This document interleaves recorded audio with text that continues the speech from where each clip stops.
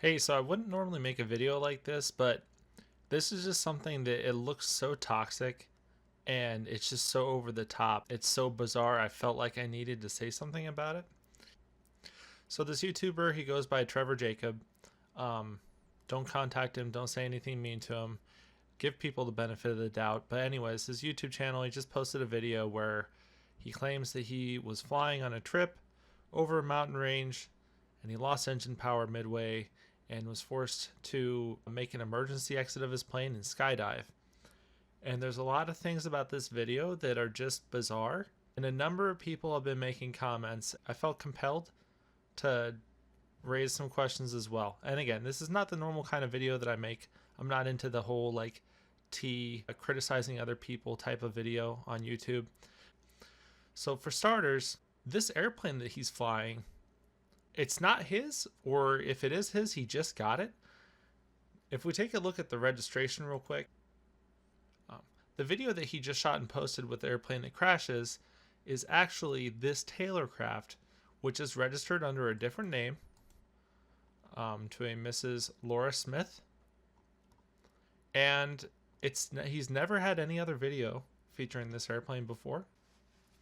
So Trevor's airplane that you normally see him flying in, it's this red and white experimental airplane with the tail number N63 Bravo Golf. You can see a number of videos on his channel which feature him flying.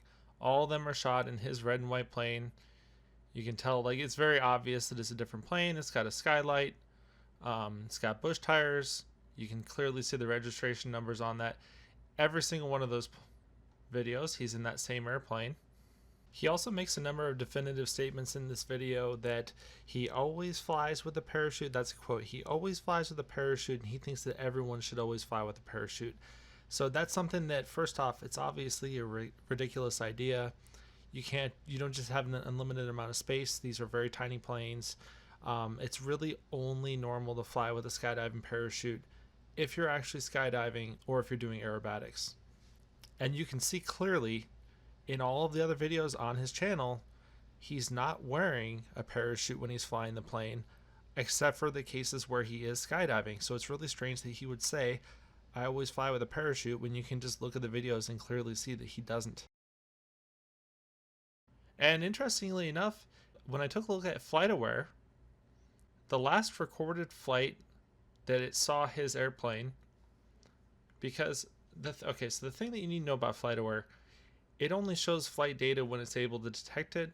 If a plane doesn't have an ADS-B out, and if it's not flying in a place where there's radar coverage, it's not going to have a full flight track for these aircraft. But what we see here is on Tuesday, November 23rd, his airplane was flying in between Santa Barbara and the vicinity of Santa Ynez, California. So we can see that track here. He's flying around those airports. So what's interesting about that? When we look at the video that he just shot the other day, all right, we see here clearly he's taking off from runway 7. You can see 25 on the pavement. The airport that he was taking off from was the Lompoc City, I'm probably saying that wrong, airport.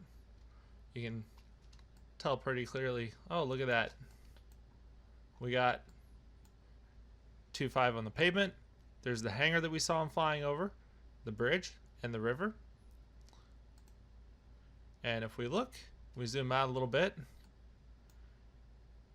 we've got Santa Barbara and Santa Ynez.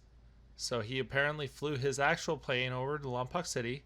He picked up this Taylorcraft and then headed somewhere over the Los Padres National Forest. And somewhere in this mountain range is where the plane ended up crashing. That's on the report. And something that you'll notice, now that you know where the plane crashed, you see this mountain range, how this looks. There's the main range to the south, there's a valley, and then there's a second range. Watch his video in every angle. You'll notice that he's very careful not to show where the plane came from. You'll notice in all of the time that he's showing these camera angles, anytime the camera starts to pan, back towards the way that he came, he immediately cuts the clip. He doesn't show the options that he had in the direction from around Santa Barbara, which he came from. It just seems a little bit odd.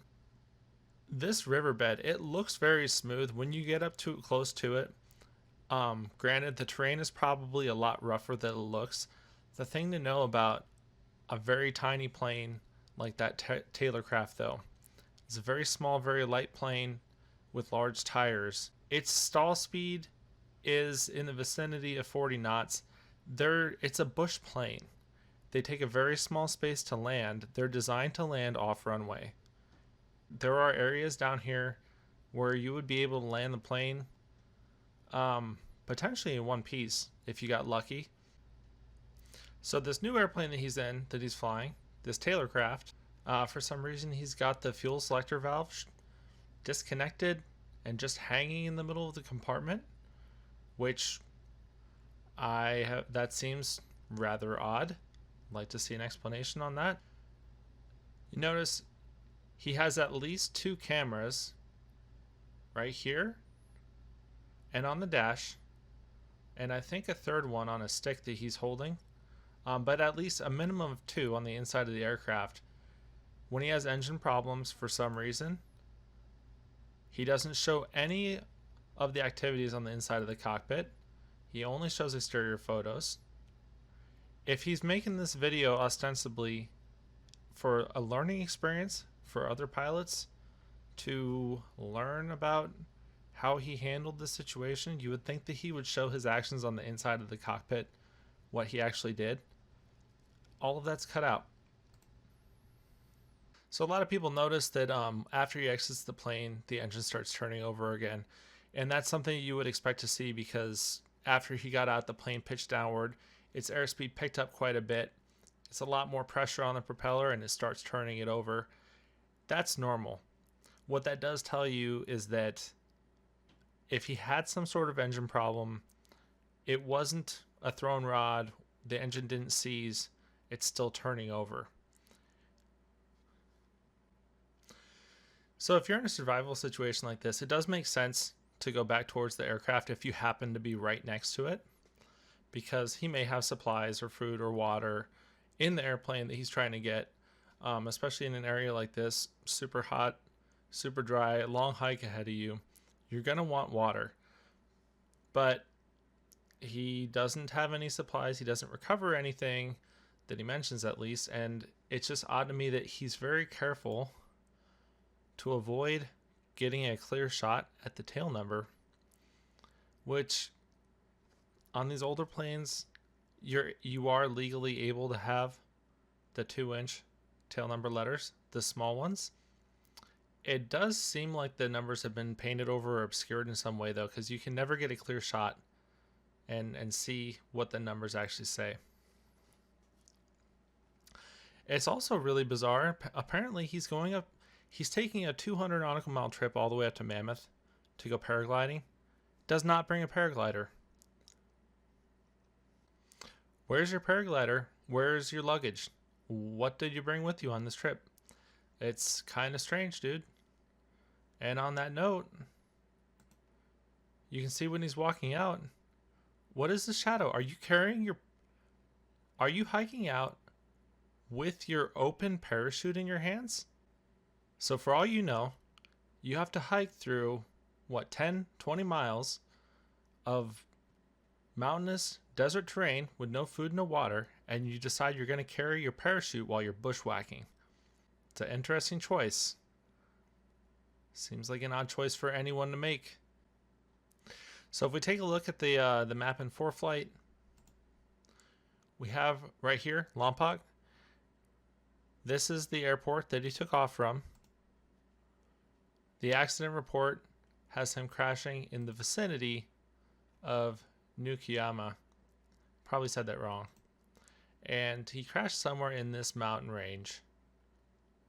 So for all the people that were wondering about the altitude he was flying at, if we give him the benefit of the doubt, if he wanted to traverse that mountain range, you could guess that he traveled from New Lompoc to the Vortac and then tried to take this Victor Airway over the mountain range. And as you can see here, the altitude, the minimum altitude on that one is 9,000 feet.